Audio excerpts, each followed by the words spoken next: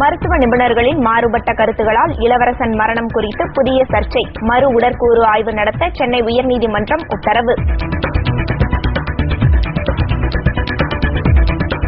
10வது நாளாக தொடர்கிறது NLC வேலை நிறுத்தம். பிரச்சினைக்கு தீர்வு காண சென்னையில் இன்று முத்தரப்பு பேச்சுவார்த்தை.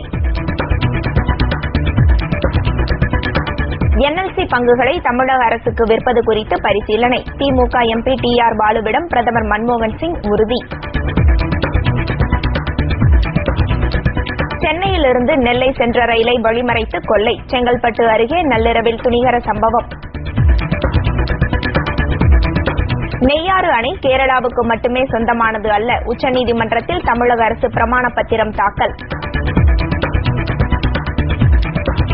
கூடங்குளத்தில் ஓரிரு நாளில் மின் உற்பத்திக்கான பணிகள் தொடங்கும். மத்திய இணையமைச்சர் நாராயணசாமி தகவல்.